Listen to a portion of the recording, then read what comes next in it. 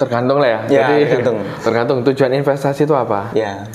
Jadi kalau saya bagikan ada dua, investasi jangka pendek sama investasi jangka panjang. Kalau investasi jangka pendek itu silakan teman-teman investasi kemanapun.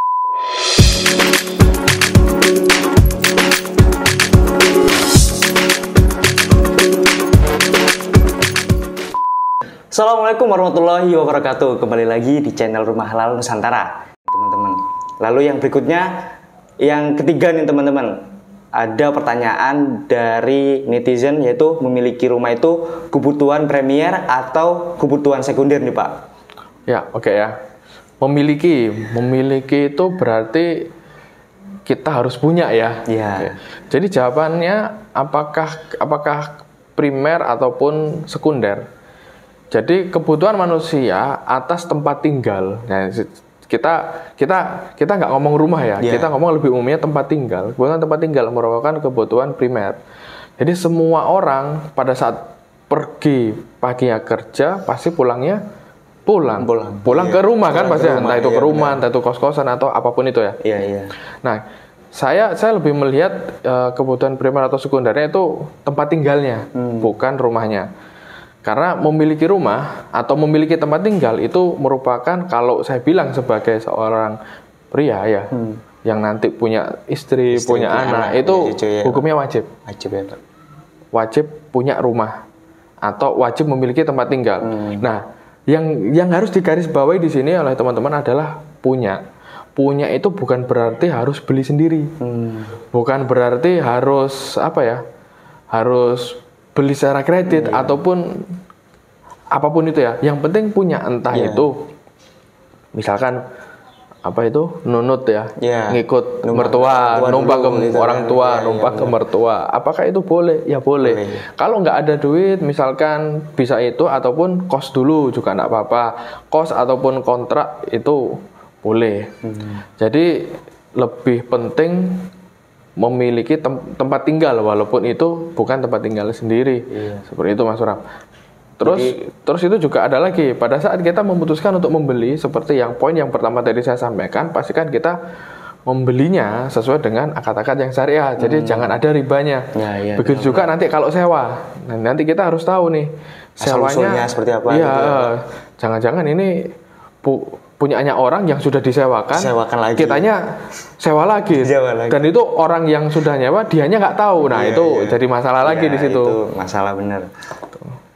Ya, menarik sekali nih teman-teman. Jadi banyak pelajaran untuk teman-teman yang lagi atau yang sedang mau beli rumah, mau bingung gitu. Nah, ini ada banyak sekali pengalaman-pengalaman dari Pak Aldi yang bisa diceritakan.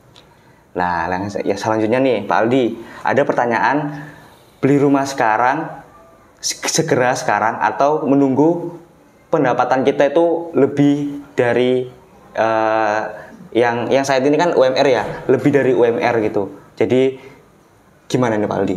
Oke, jadi beli rumah atau investasi properti kalau ada uangnya sekarang segera gitu ya. Segera. Misalkan sekarang ada uang 50 juta, langsung aja beli. 50 juta itu berupa apa? Jadi lebih ke entah itu rumah ataupun tanah ya. Nah, biasanya yang naik harganya adalah tanah Mas Pram. Ya, jadi misalkan saya pengen punya rumah misalkan di Surabaya kan, Surabaya kan harganya 1 M ke atas ya. Duit saya sekarang baru 50 juta. Terus gimana cara saya membeli rumah dengan ada uang 50 juta ini? Dibuat DP aja nggak cukup nih, misalkan seperti itu. Ada solusinya. Solusinya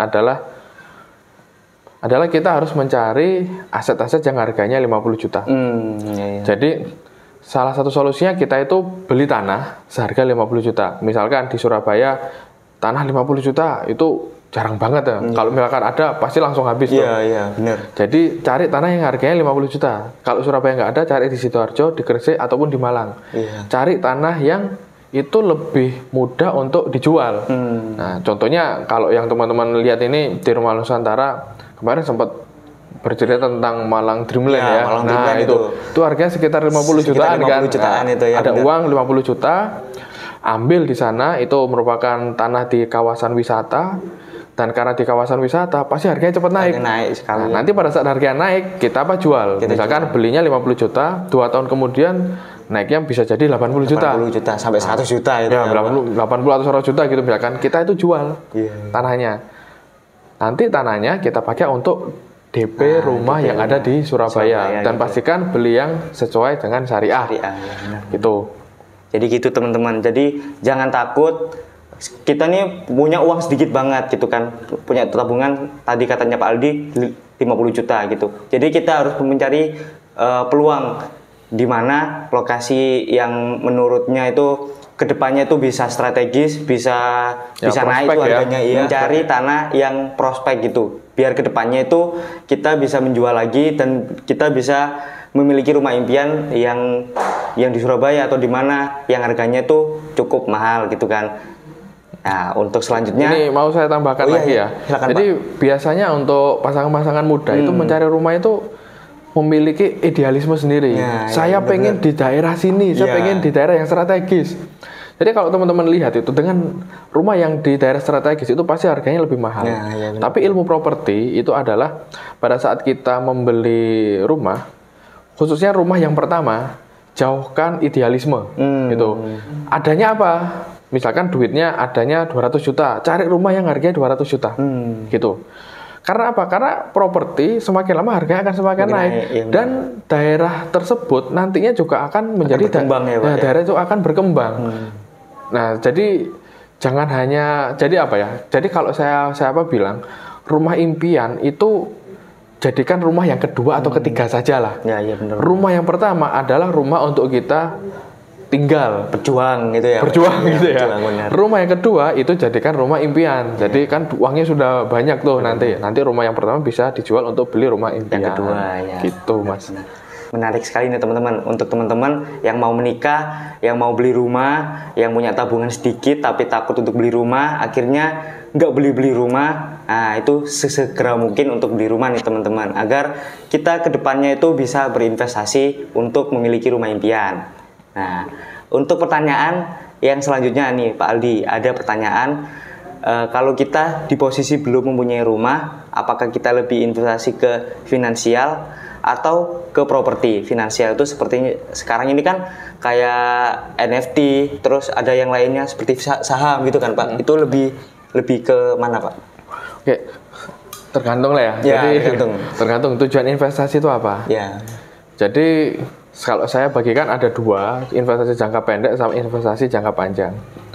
Kalau investasi jangka pendek itu silakan teman-teman investasi kemanapun. Jadi contohnya gini, jadi ada teman saya itu sukanya investasi yang angkanya itu maksimal 20 juta. Solusinya gimana? Solusinya dia itu mencari orang itu lagi butuh untuk jual beli barang. Contohnya ada teman yang lagi butuh untuk beli misalkan beli motor. Beli motor itu harganya 10 juta gitu misalkan ya. Nah, jadi teman saya itu membelikan motor 10 juta lalu dijual ke teman saya yang butuh itu, dijual 12 juta jangka waktu 12 bulan. Jadi per bulannya dia itu konsumennya itu bayar 1 juta terus sampai lunas. Nah, itu kan sudah bisa menjadi tambahan investasi jangka pendek. Jadi kalau kita punya dana bisa kita masukkan ke sana daripada kita masukkan ke saham ataupun yang lain ya. Karena pertama kita harus lihat halal atau haram dulu. Entah itu forex, entah itu saham, kita harus lihat dasarnya dulu. Nah, kalau untuk jual beli yang tadi itu kan sudah hal yang halal kan, ada wujudnya gitu, wujudnya ada, langsung jual belinya jelas. Itu bisa seperti itu, dan untungnya juga jelas ya. Untungnya jelas. Untungnya langsung 2 juta itu tadi. Dengan modal 10 juta. Itu kalau yang di jangka pendek. Tapi kalau yang di jangka panjang ya tentu saja ya pilih ke properti. Kalau jumlahnya dikit beli aja tanah. Kalau uangnya sudah besar tarik aja rumah ataupun mungkin investasi properti yang itu bisa menghasilkan penghasilan tiap bulannya. Contohnya rumah kita beli, kita kan bisa kontrakan atau rumah kita beli, kita buat kamar banyak, kita jadikan kos-kosan. Jadi ada pendapatan bulanan di sana. atau juga villa. Nah, villa sebenarnya di Batu, di Malang, disewakan gitu, Pak, disewa-sewakan juga bisa. Kayak di Malang Dreamland kemarin katanya iya juga ada di sana. Ada villa loh, Pak. Iya. Iya, ada villa, ada kebun juga ya di sana. Itu nanti akan mendapatkan penghasilan juga dari sana gitu. Nah, gini teman-teman, menarik sekali kan teman-teman. Tadi penjelasan dari Pak Aldi panjang lebar nih. Jadi untuk teman-teman yang akan menikah atau yang sudah menikah, jangan khawatir untuk berinvestasi properti. Ya, yang penting itu jelas tujuannya dan jelas akadnya. Jangan ada unsur riba dan pastinya benar-benar aman dan menguntungkan kita untuk jangka panjang. Ya. Terima kasih Pak Aldi untuk waktunya. Ya, Pak Aldi ini sibuk sekali teman-teman. Jadi ini momen-momen yang sangat berharga. Jadi kita bisa berbincang dengan Pak Aldi. Ya, terima kasih Pak Aldi. Ya, terima kasih Mas Pram. Terima kasih teman-teman semuanya. Semoga apa yang dijelaskan sama Pak Aldi tadi bermanfaat bagi teman-teman semua. Ya, saya akhiri dengan saya Pram dan Pak Aldi. Wassalamualaikum warahmatullahi wabarakatuh. Waalaikumsalam warahmatullahi wabarakatuh.